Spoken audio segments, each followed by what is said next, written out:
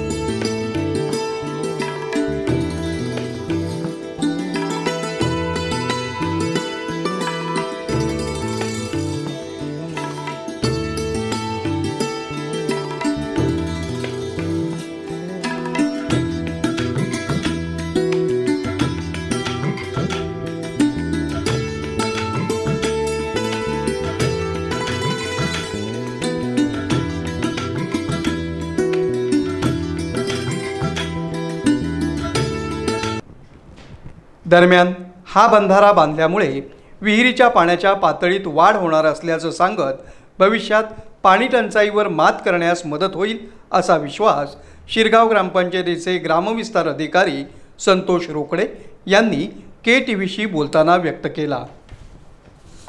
पंचायत समिती रत्नागिरीच्या सूचनेनुसार ग्रुप ग्रामपंचायत शिरगाव यांच्या माध्यमातून प्रतिवर्षीप्रमाणे जलभूमी संधारण अभियान अंतर्गत पाणी अडवा पाणी जिरवा या उद्देश ठेवून या ठिकाणी ग्रुप ग्रामपंचायत शिरगावच्या वतीने ग्रामपंचायत कार्यक्षेत्रातील सर्व सन्माननीय सरपंच महोदय, ग्रामपंचायत कार्यकारिणी, आशाताई, अंगणवाडी सेविका, त्याचप्रमाणे प्रतिष्ठित ग्रामस्थ नागरिक यांच्या सर्व कर्मचारी वृंद यांच्या सहभागातून श्रमदानातून या ठिकाणी वनराई बंधाऱ्याचं या ठिकाणी ग्रुप ग्रामपंचायतच्या वतीने नियोजन करण्यात आलेलं आहे। आणि आजचा हा बंधारा बांधण्याला याचा उद्देश असा आहे की या ठिकाणी बंधारे बांधल्यानंतर लगतच्या विहिरी ज्या सार्वजनिक नळपाणी पुरवठा यांच्या विहिरीच्या पाण्याची पातळी वाढणार आहेत आणि पाणी जे भविष्यात आपल्याला पाणी टंचाई किंवा इतर संभाव्य पाणी टंचाईला सामोरं जावं लागतं त्याच्यावर मात करण्यासाठी एक चांगला उपक्रम ग्रुप ग्रामपंचायत शिरगावच्या माध्यमातून या ठिकाणी पंचायत समिती जिल्हा परिषद यांच्या मार्गदर्शक सूचनानुसार आज या ठिकाणी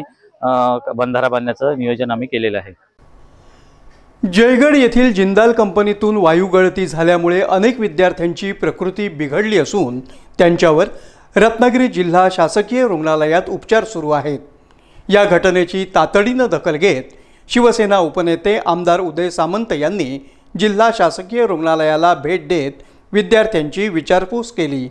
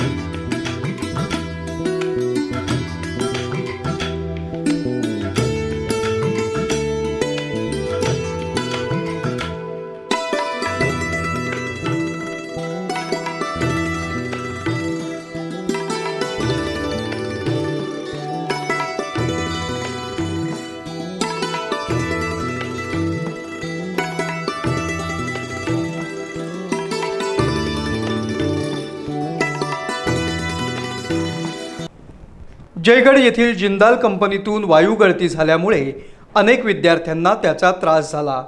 या विद्यार्थ्यांवर जिल्हा शासकीय रुग्णालयात उपचार करण्यात येत आहेत।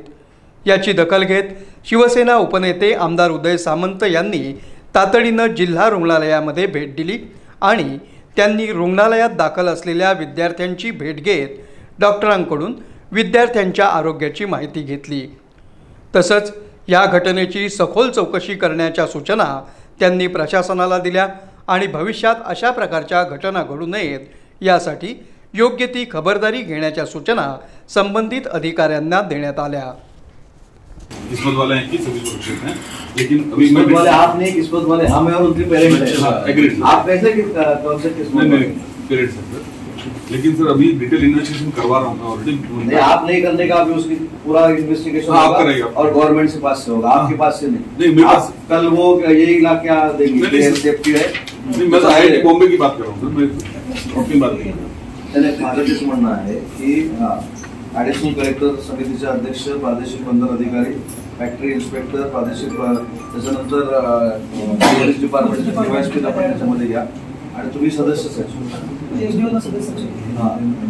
आणि हे कसं आहे, हे आता काय करणार तुम्हाला सांगतो, हे सगळे हुशार आहे। आता हे कशामुळे झालं, हे कशामुळे झालं, कागद आणून आपल्याकडे देणार कसं झालं, त्याच्यापेक्षा आपण ठरवणं कशामुळे झालं। आम्ही प्रत्येक व्यक्तीने आणि याच्यामध्ये दुसरं, याच्यामध्ये फक्त प्रशासकीय नको, त्या लोकांनी बसावं, तिथल्या स्थानिक लोकांनी, आणि स्थानिकांपैकी 2-3 नावं द्यावी. ते कमिटीमध्ये असावेत, ना तर उद्या परत असं होईल की कमिटीनं पॉझिटिव्ह निगेटिव्ह जो काही रिपोर्ट दिला मग 2 सदस्य घेऊ त्यांच्या. कोण सरपंच कोण घ्यायचं सांगा, तुम्ही ठरवून सांगा कसं ते. दोन तुम्ही ठरवून घ्या. एलपीजी गळतीवरून जयगड विद्यामंदिराच्या शालेय विद्यार्थ्यांना जीवघेणी वायू बाधा झाली. आता हा विषय फक्त आज आपण काय करतोय, आयडेंटिफाय करतोय फक्त शाळेपुरता. आज आपल्याला माहित नाही घरात कोणाला झाले का. तर माझं म्हणणं डीएचओ साहेब असं आहे की तुम्ही सर्वे करावा ताबडतोब. आपले 4 टीम काले होते, आजही आहे. आज काय कोणी सकाळपासून तरी रिपोर्ट झालेला आहे. काल जेवढे होते सगळे, काल जवळ 84 झाले सगळे इथं आले नाही. काही जणांनी तिथे पण उपचार पण एक प्रिकॉशन म्हणून का केलं पाहिजे, कारण आता 2 मुलं जी भेटली त्यांना कालपर्यंत काही वाटत नव्हतं, पण आज सकाळी त्यांना पोटात दुखायला लागले. माझं म्हणणं आहे की जसं आपण करोनाच्या वेळी होम टू होम सर्वे केलं, 5 गावांचा सर्वे करायचा, काय फार मोठं नाही, 2 दिवसात करून टाका ना.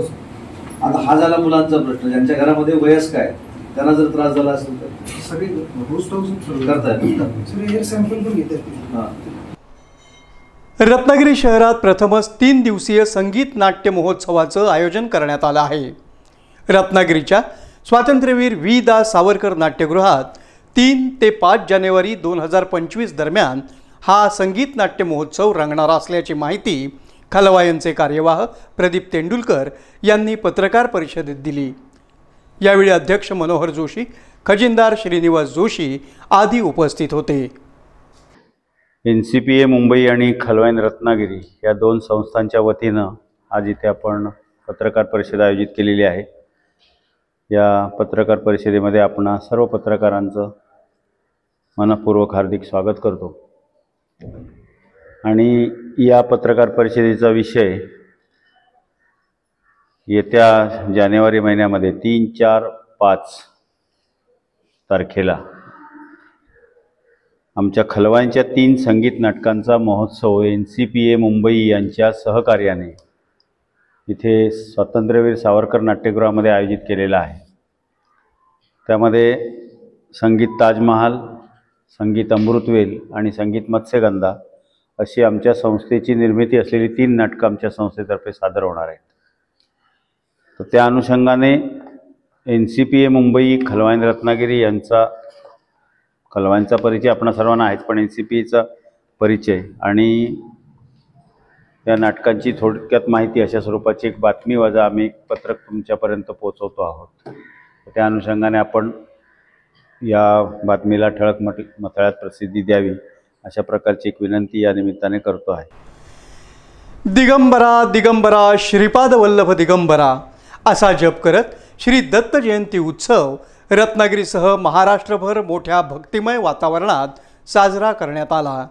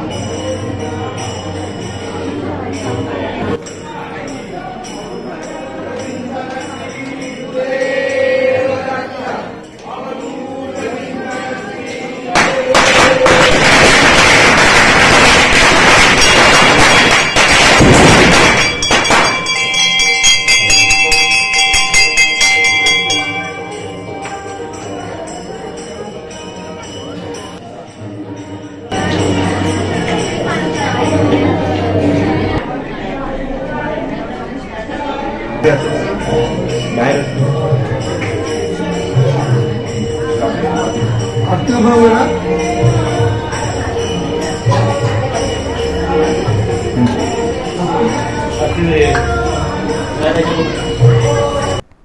रत्नागिरी येथील थिबा पॅलेस येथे परमपूज्य गगनगिरी महाराज आश्रमात दत्त जयंती उत्सव साजरा करण्यात आला असून सकाळपासून विविध धार्मिक कार्यक्रमांचं आयोजन करण्यात आलं होतं.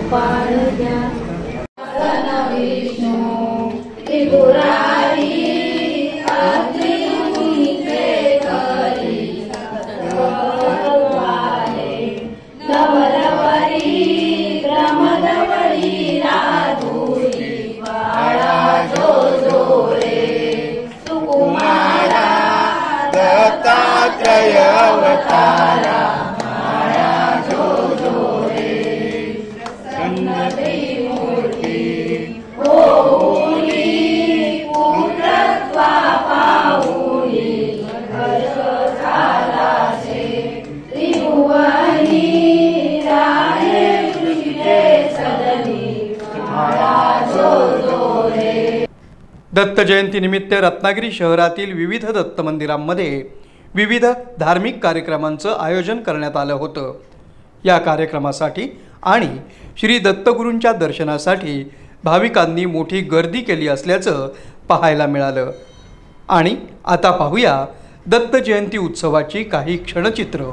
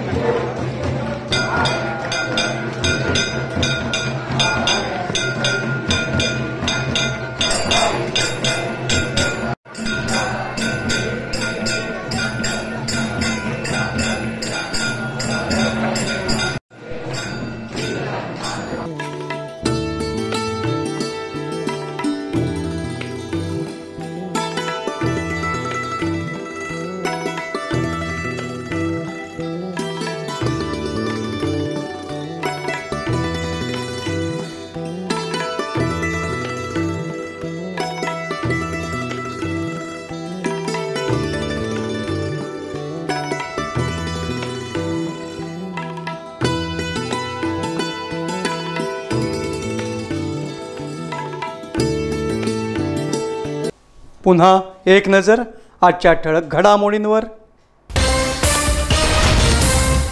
जिंदाल कंपनीतील वायू गळती संदर्भात कडक कारवाई करणार, आमदार उदय सामंत यांनी दिले प्रशासनाला आदेश. जलभूमी संधारण अभियानाअंतर्गत शिरगाव ग्रामपंचायतीच्या वतीनं श्रमदानातून बांधण्यात आला वनराई बंधारा. जिंदाल कंपनीतून वायू गळतीमुळे बाधित झालेल्या विद्यार्थ्यांची आमदार उदय सामंत यांनी केली जिल्हा रुग्णालयात जाऊन विचारपूस. आणि दिगंबरा दिगंबरा श्रीपाद वल्लभ दिगंबरा या नामगजरासह रत्नागिरीसह जिल्ह्यात दत्त जयंती उत्सव मोठ्या भक्तिभावानं साजरा. याबरोबरच आजचं हे बातमीपत्र संपलं. पुन्हा भेटूया पुढील बातमीपत्रात. तोपर्यंत नमस्कार.